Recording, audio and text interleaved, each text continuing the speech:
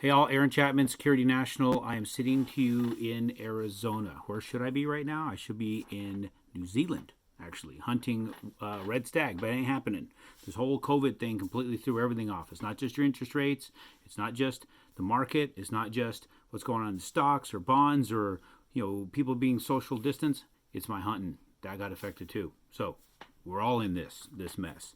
So I can't lay blame anywhere, but just the situation. In fact, if we want to start pointing where things are really causing all this mess, it's humans. Our response to this has been absolute insanity. So you really want to get down to the real nuts and bolts of everything that's wrong.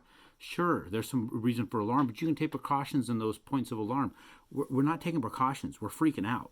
So we need to just kind of ease up and deal with what we got in front of us. What are we dealing with right now? We're dealing with you watching The Big Short last weekend. Hopefully, right? Kept the kids out of the room. We're able to get to some digging on that into the history of the mortgage-backed security. Because now we've got everybody watching where that's getting priced from. We're seeing some really good stuff happening out there in the market, some good stabilization, but doesn't change the fact that stabilization is coming at a price. There's still massive swings in the trades, huge volatility. It used to be, the secondary market, meaning the pools on Wall Street where they would release the rates to us that we can actually issue to you. They would have some pullback and freak out if we saw a 50 basis point swing. I just saw for a message from my head of secondary marketing within Security National. He said that we have seen up to 400 point swings in one day.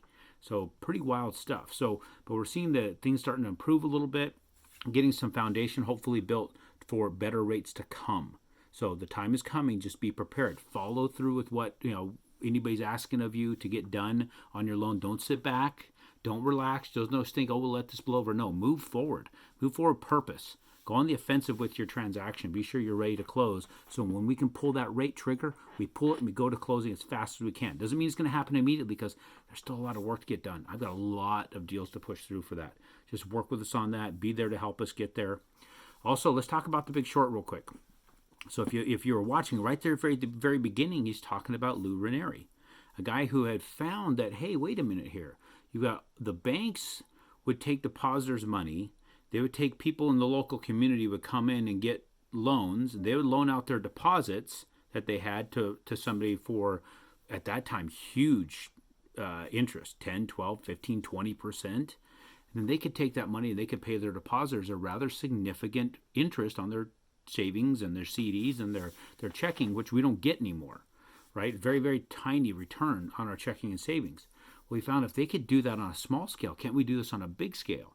Well, in the scene, you had seen he was in that conference room talking to a pension fund manager, and they talked him into 20. Well, first he started to do 20 million, then did $25 million investing of the pension's money into these pools of all these mortgages bundled together, and they were going to get that return on that money. Well, if you're talking about 10, 12, 14%, maybe even 20% back then, can you imagine the margin that they were making there? It was huge.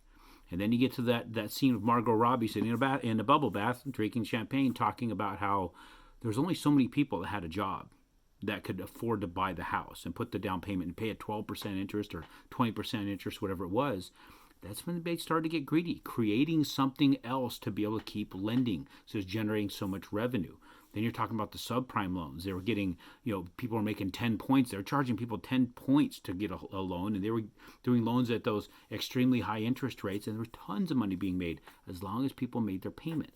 But when they stopped making their payment, we saw what happened, right? So when you go to what I produced last Friday at the earlier part of the day, and you're looking at that Mortgage News Daily, track that 4.0. Now, the coupons will move around from that. There's a 4.5, there's a 5, there's a 5.5, there's a 6. There's only so much they're going to show you on a site where you don't have to pay for it. Just know that that at least gives you a window into what's really driving rates. Don't get hung up. Again, I'm going to keep reiterating this. Don't get hung up on what the Fed does. That has to do with the economy, and I'll give you an idea of where things are heading that could influence rates in a very, very non-direct way. Don't get caught up in the 10-year. I've seen them move opposite directions. There's people out there going to talk to you, that try and convince you to come do business with them by dangling that 10-year carrot in front of you, or dangling that carrot of what the Fed did. That's not something to watch. Get somebody that you want to work with, that wants to work with you, that understands the market to help guide you. Right now, it's unprecedented times. I can't give you answers as to where we're going to go and what's going to end up happening, but we're watching it closely.